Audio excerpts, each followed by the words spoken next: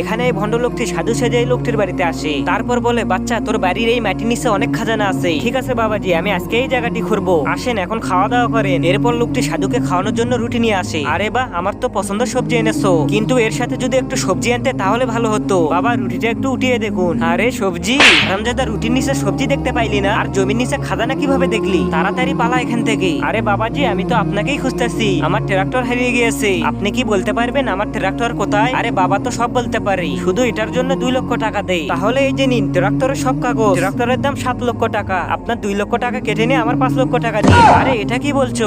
আরে আপনি তো জানেন আমার ট্রাক্টর তি কোথায়। শালা, আজ থেকে এই বাবাওয়ালা কাজই ছেড়ে দেবো, এখন থেকে ভিক্ষা করে খাবো। তারপর সাধু বাবা ভিক্ষা করা শুরু করে দেয়। আরে এই ব্যবসায়ী তো দেখে অনেক ভালো, অল্প সময়ে অনেক আটা পেয়েছি। ভাইজান বাড়িতে কেউ আসো? হ্যাঁ ভেতরে এসো। ভাইজান একটু আটা ভিক্ষা দিন, যা রান্নাঘর থেকে নিয়ে নে। ভাইজান আপনি এনে দিন। আরে আমি তো গেম খেলতেছি, তুই যা। আর আগে দেখবো কারা কারা শয়তানকে হারিয়ে আল্লাহকে ভালোবাসে। যারা আল্লাহকে ভালোবাসো তারা ভিডিওটিতে একটা লাইক দিয়ে চ্যানেলটিকে সাবস্ক্রাইব করবে, আর যারা শয়তানকে ভালোবাসো তাদের কিচ্ছু করার দরকার নেই।